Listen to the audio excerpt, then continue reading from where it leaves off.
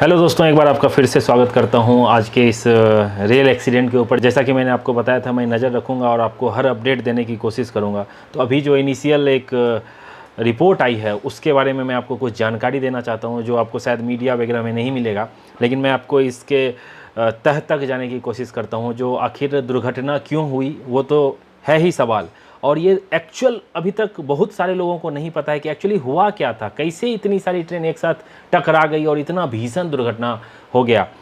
अभी तक मैं बता दूं, ये अभी तक जो चल रहा है, जितने कैजुअल्टी आ रहे हैं, ये भारत के इतिहास का दूसरा सबसे बड़ा दुर्घटना है। तो उस बारे में हम चर्चा करेंगे, लेकिन उससे पहले मैं आपको कुछ चीज़ें बता देता हूँ कि ये दुर्घटना हुआ कैसे। देखिए, एक बहानगा बाजार रेलवे स्टेशन है, छोटा सा रेलवे स्टेशन है, बालेश्वर से करीब 26 किलोमीटर दूर है, और मेन लाइन है। वो स्टेशन बीच में है, एक उसके बगल से मेन लाइन है, एक दूसरे साइड से मेन लाइन है। दोनों मेन लाइन पे ग्रीन सिग्नल दिया हुआ था फुल। अब ग्रीन सिग्नल का मतलब है वो जो रूट भी है वो 130-125 के एमपीएच के स्पीड वाली रूट है।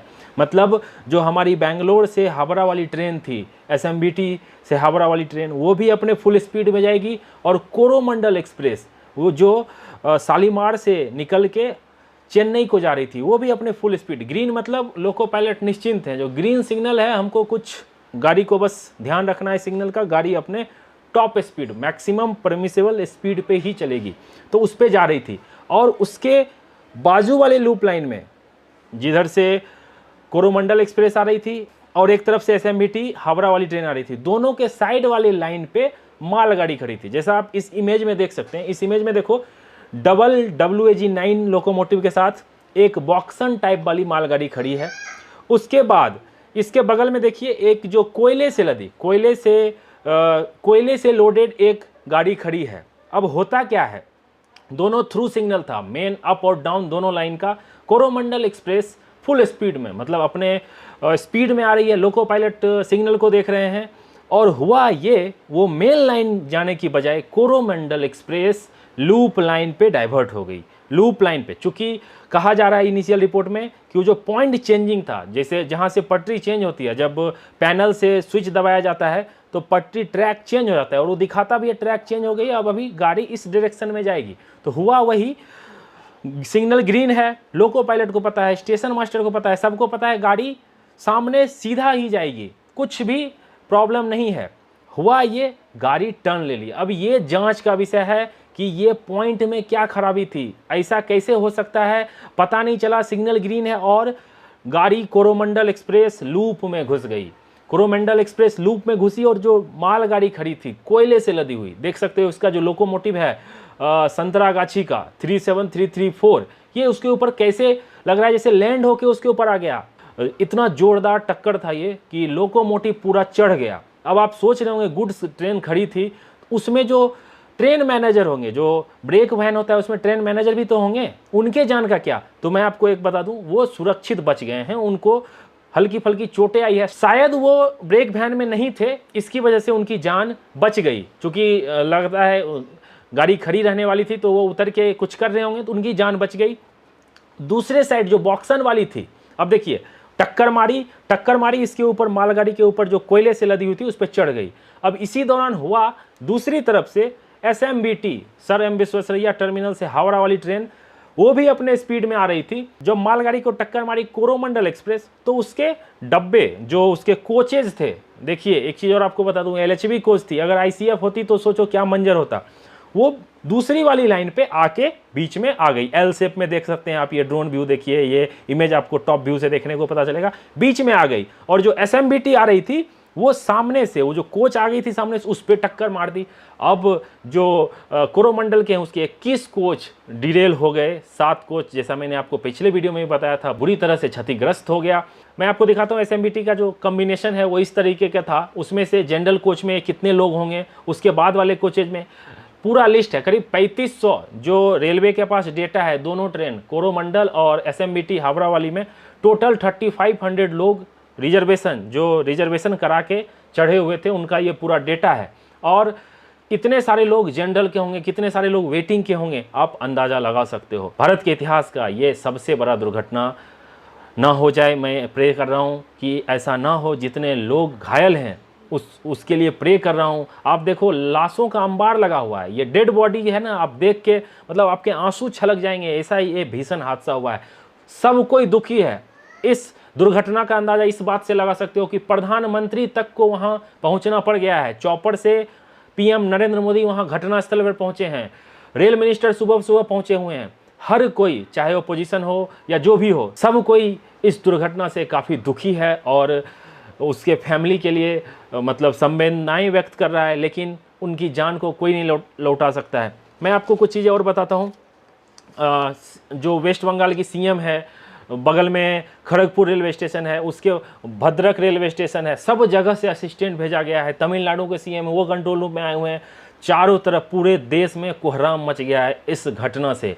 तो टोटल आप अगर कहो तो ये अपने आप में अभी तक आंकड़ा जो है 300 पार हो गया है। और एक अच्छी खबर है, जो रेस्क्यू का काम जो चल रहा था वो पूरा हो गया है। करीब मैं जब ये वीडियो शूट कर रहा हूँ उससे 3 घंटा पहले रेलवे ने ऑफिशियल बताया कि रेस्क्यू का काम मेरा कंप्लीट हो गया। अब हम रीस्टोरेशन वाला काम शुरू करेंगे। अब रीस्टोरेशन काम के लिए क्या चाहिए, साइट पे सारा इक्विपमेंट पहुंचा हुआ है रेलवे की तरफ से।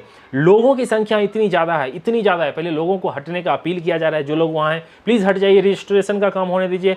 और मैं आप लोगों का भी दाद देता हूँ जो उड़ीसा बालेश्वर से लोग हैं, जिस तरह से आपने तत्परता दिखाई है और जैसा सहयोग आपने दिया है वहाँ पे रेस्क्यू ऑपरेशन में, रात भर ब्लड देने के लिए लाइन में लगे होते हैं। देखो ह्यूमैनिटी यही होती है, मानवता जो होती है ना, यही होती है। उड़ीसा के लिए प्राउड करता हूँ आप पे, बालेश्वर के लोग, बहुत सारे मेरे मित्र उड़ीसा के हैं, बहुत सारे मैसेज आए हैं मेरे पास, वो सब ब्लड देने के लिए लाइन में लगे रहे और जितना लोगों का रेस्क्यू कर सकते थे लोकल ने बहुत लोगों की जान बचाई है। तो इससे इनिशियल रिपोर्ट में ये देखो एक इनिशियल रिपोर्ट आई है, इसमें यही बताया गया है जो ट्रेन जो है जो सीधा जो मेन लाइन में जाने की बजाय लूप में घुस गई उसकी वजह से, और इतनी किस्मत खराब थी कि सेम टाइम पे ही SMBT वाली ट्रेन को भी आना था और उससे टक्कर मारी और इतना बड़ा दुर्घटना हो गया। मुआवजे का ऐलान हो गया। रेल मंत्री ने जो मृतक हैं उनके परिवार के लिए 10 लाख का घोषणा कल ही कर दिया था। जो घायल हैं उनके लिए 1 लाख 2 लाख रुपए का घोषणा किया है। प्रधानमंत्री ने अलग से घोषणा किया है 2-2 लाख रुपया। लेकिन पैसे देके किसी की जान की कीमत को नहीं लगाया जा सकता है। मैं सिर्फ प्रे कर रहा हूँ। आप एक चीज़ और देखो, जो जनरल में लोग सफ़र कर रहे होंगे, कितने सारे ऐसे लोग होंगे जो बेटिकट होंगे, उनका तो कोई डेटा पता नहीं आएगा नहीं आएगा कितने, जो एक्चुअल फिगर है वो आपको मे बी कल तक रेलवे ऑफिशियल रिलीज़ करेगी जी इतने लोगों की जान गई है। मैं एक वीडियो देखा, उसमें एक बुजुर्ग अपने बेटे की मतलब बेटे उसके कोरोमंडल में सफ़र कर रहे थे और वो इतनी दर्दनाक तरीके से रो रहे थे कि मुझे आंसू आ गया। इस दुख की घड़ी में, इस संकट की घड़ी में मैं गॉड से प्रे कर रहा हूँ एटलीस्ट जो घायल हैं उनकी रक्षा करना और जो जितना कम नुकसान हो सके जान का वो करना, मैं ये प्रे कर रहा हूँ। दूसरी चीज़ बता दूँ, कोई लोग बोल रहे थे जो लोको पायलट थे वो शायद डेथ हो गए थे, लेकिन ऐसा अभी तक जानकारी मिली है कि वो लोग भी क्रिटिकल इंजर्ड हैं, उनका इलाज चल रहा है। उनके रिकवरी के लिए मैं भी प्रे कर रहा हूँ। जो मजदूर लोग थे, नॉर्मल लोग थे, सब छुट्टियां बिता के अपने घर पे आ रहे थे, उनके स्वास्थ्य के रिकवरी की कामना करता हूं मेरी तरफ से, मेरी चैनल की तरफ से। जल्द से जल्द रीस्टोरेशन हो जाए और एक्चुअल फिगर पता चले। और रेल मंत्री ने बयान दिया है कि मैं इस घटना के तह तक जाऊंगा और ऐसा कभी ना हो, क्योंकि अगर आप कंपेयर करोगे तो इतिहास में 1981 में हुआ था एक घटना जिसमें 800 लोग की मौत हो गई थी क्योंकि ट्रेन पूरी नदी में समा गई थी। उसके बाद एक 95 में हुई थी, उसमें करीब 350 लोगों की मौत हुई थी। तो ये दो जो था काफ़ी मेजर था, लेकिन ये जो अभी जो ये घटना हुई है ये 2 नंबर पे चली गई है। मतलब अगर आप कैजुअलिटी की बात करो तो ये काफ़ी दुख का विषय है और हम यही चाहेंगे जो भी अपडेट हमारे पास रहेगा मैं आपको देने की कोशिश करूंगा। आप जहां भी देखना चाहो, ऐसा कोई नहीं है जो इस घटना से दुखी नहीं है। पूरे देश में त्राहिमाम मच गया है, सब कोई हेल्पलाइन नंबर पे कॉल कर रहे हैं। जिसको जैसा हो रहा हो वहाँ घटनास्थल पे पहुँच के अपने परिजन का एटलीस्ट देखना चाह रहे हैं जो उसमें सफ़र कर रहे थे। कुछ रेल फैन थे जो इसमें सफ़र कर रहे थे, उसमें से कुछ लोगों की भी मौत हो गई है। काफ़ी दुख का समय है ये। मैं आपको अपडेट देने की कोशिश करूंगा। मिलते हैं जल्दी अगली वीडियो में, तब तक अपना ख्याल रखिए, अपने परिवार का ख्याल रखिए। Bye bye, take care.